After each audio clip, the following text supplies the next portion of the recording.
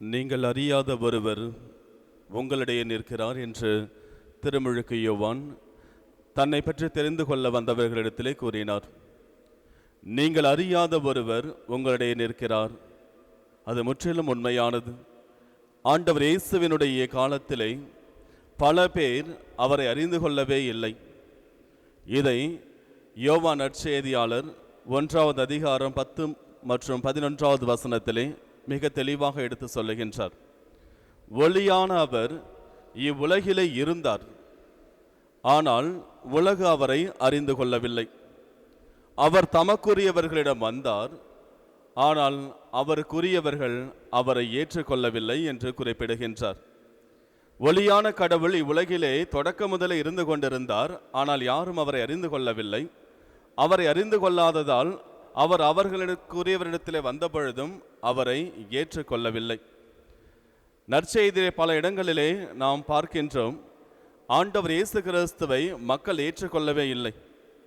ஆண்டவர் இயேசு கிறிஸ்து அவருடைய தாயாகி அன்னை மரியாவினுடைய வயிற்றில் இருந்த பொழுது பெத்லகேமிலே தங்குவதற்கான ஒரு இடத்தை தேடிக்கொண்டிருந்த நேரத்திலே சத்திரத்திலே தங்குவதற்கு இடம் இல்லை என்று சொல்லி அவரை ஏற்றுக்கொள்ளவில்லை.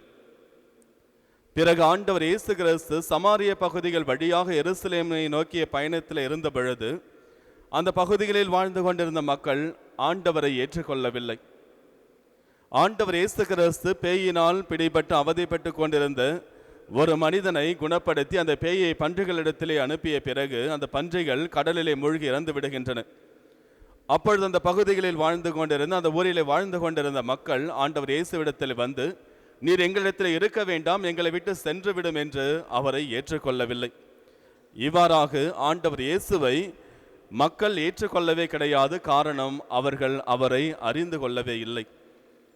ஆண்டவர் இயேசு கிறிஸ்து யோவான் நற்செய்தி 14வது அதிகாரம் 7 முதலில் உள்ள வசனங்களிலே சொல்லுகின்றார், நீங்கள் என்னை அறிந்திருப்பீர்கள், ஆனால் என் தந்தையையும் அறிந்திருக்கிறீர்கள். இன்று முதல் நீங்கள் என் தந்தையை அறிந்திருக்கிறீர்கள், அவரை கண்டும் இருக்கிறீர்கள் என்று தன்னுடைய சீடர்களிடத்திலே சொல்லுகின்றார். அப்பொழுது பிலிப்பு அவரிடம், ஆண்டவரை எங்களுக்கு தந்தையை காட்டும் என்று கேட்கின்றார். அதற்கு ஆண்டவர் இயேசு கிறிஸ்து சொல்லுகின்றார், பிலிப்பே, இவ்வளவு காலம் நீர் என்னோடு இருந்தும் நீர் என்னை அறிந்து கொள்ளவில்லையா? நீர் என்னை அறிந்திருந்தால் என் தந்தையையும் அறிந்திருப்பீர். ஏனெனில் நான் என் தந்தையினுள்ளும் என் தந்தை என்னுள்ளும் வாழ்ந்து கொண்டிருக்கின்றார் என்று ஆண்டவர் இயேசு கிறிஸ்து குறிப்பிடுகின்றார். கடைசியாக ஆண்டவரை அறிந்து கொள்வதற்கான ஒரு வழியையும் யோவான் நற்செய்தி 14வது அதிகாரம் 15வது வசனத்திலே சொல்லுகின்றார், நீங்கள் என் மீது அன்பு கொண்டிருந்தால் என் கட்டளைகளை கடைபிடிப்பீர்கள் என்று குறிப்பிடுகின்றார். நாம் கடவுள் மீது அன்பு கொண்டிருக்கின்றோம் என்றால், நாம் கடவுளை அறிந்திருக்கின்றோம் என்றால், நாம் அவருடைய கட்டளைகளை கடைபிடிக்கின்றோம் என்பது பொருள். யார் யாரெல்லாம் கடவுளுடைய கட்டளைகளை கடைபிடிக்கின்றார்களோ அவர்களால் தான் கடவுளை அறிந்து கொள்ள முடியும்.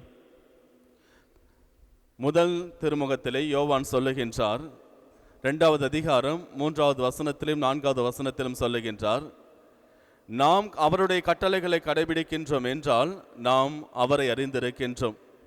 யாராவது அவருடைய கட்டளைகளை கடைபிடிக்கவில்லை என்று நாம் காணுகின்றோம் என்றால் அவர்கள் கடவுளை அறிந்து கொள்ளவில்லை என்று குறிப்பிடுகின்றார். யார் யாரெல்லாம் கடவுளுடைய கட்டளைகளை கடைபிடிக்கின்றார்களோ அவர்கள் அனைவரும் கடவுளை அறிந்திருக்கிறார்கள் என்பது உறுதி என்பதை புனித யோவான் தன்னுடைய முதல் திருமுகத்திலே 2வது அதிகாரம் 3வது வசனத்திலே குறிப்பிடுகின்றார். அந்த கட்டளையை கடைபிடிப்பது எது என்பதை ஆண்டவர் இயேசு கிறிஸ்து சொல்லுகின்றார். எது அவர் கொடுக்கின்ற கட்டளை என்று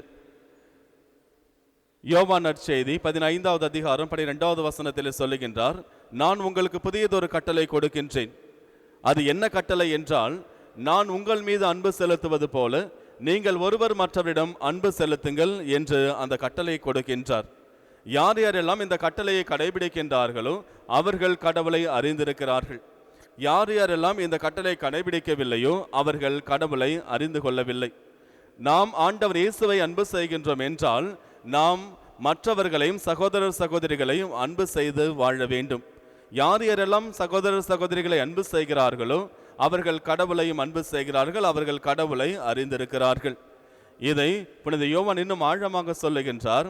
யோவான் எழுதிய முதல் திருமுகம் 4வது அதிகாரம் 20வது வசனத்திலே சொல்லுகின்றார், கண்ணுக்கு தெரிகின்ற உங்களுடைய சகோதரர் சகோதரிகளை நீங்கள் அன்பு செய்யவில்லை என்றால் கண்ணுக்கு புலப்படாத கடவுளை உங்களால் அன்பு செய்ய முடியாது. கண்ணுக்கு தெரிகின்ற சகோதரர் சகோதரிகளை அன்பு செய்யாதவர்கள் கண்ணுக்கு தெரியாத கடவுளை அன்பு செய்வதாக சொல்லுகின்றார்கள் என்றால் அவர்கள் பொய்யர் என்று குறிப்பிடுகின்றார். இயேசுவில் பிரியமான சகோதரர் சகோதரிகளை, இதோ ஆண்டவர் இயேசு கிறிஸ்து உலகிற்கு வந்த பொழுது அவரை பல பேர் அறிந்து கொள்ளவில்லை, அவரை ஏற்றுக்கொள்ளவில்லை. இன்றும் நாமும் கடவுளுடைய கட்டளைகளை கடைபிடிக்காமல் இருக்கின்றோம் என்றால், கடவுளுடைய கட்டளையான சகோதரர் சகோதரிகளையும் கடவுளையும் நாம் அன்பு செய்யவில்லை என்றால் நாமும் அவரை அறிந்து கொள்ளவில்லை. அவரை அறிந்து கொள்ளவில்லை என்றால் அவரை நம்மால் ஏற்றுக்கொள்ள முடியாது. இதை ஒவ்வொரு நாளும் கடவுள் நம்மிடத்திலே வந்து கொண்டே இருக்கின்றார். வந்து கொண்டிருக்கின்ற அவரை நாம் ஏற்றுக்கொள்ள வேண்டும் என்றால் நம்முடைய இதய கதவுகளை நாம் திறந்து வைத்து நம்முடைய சகோதரர் சகோதரிகளை நாம் அன்பு செய்கின்ற பொழுது அவரை நாம் ஏற்றுக்கொள்ளுகின்றோம். ஆண்டவரை நாம் ஏற்றுக்கொள்ளுகின்ற பொழுது ஆண்டவர் நம்முடன் வந்து நம்மோடு தங்கி அவர் நம்முடைய வாழ்விலே அதிசயங்களையும் அரும்பெரும் செயல்களையும் செய்வார். இதோ இன்று நம்மோடு வாழ்ந்து கொண்டிருக்கின்ற சகோதரர் சகோதரிகள் வழியாக இறைவன் நம்மிடத்தில் வந்து கொண்டிருக்கின்றார். வந்து கொண்டிருக்கின்ற அவரை நாம் அன்பு செய்து ஏற்றுக்கொள்வோம்.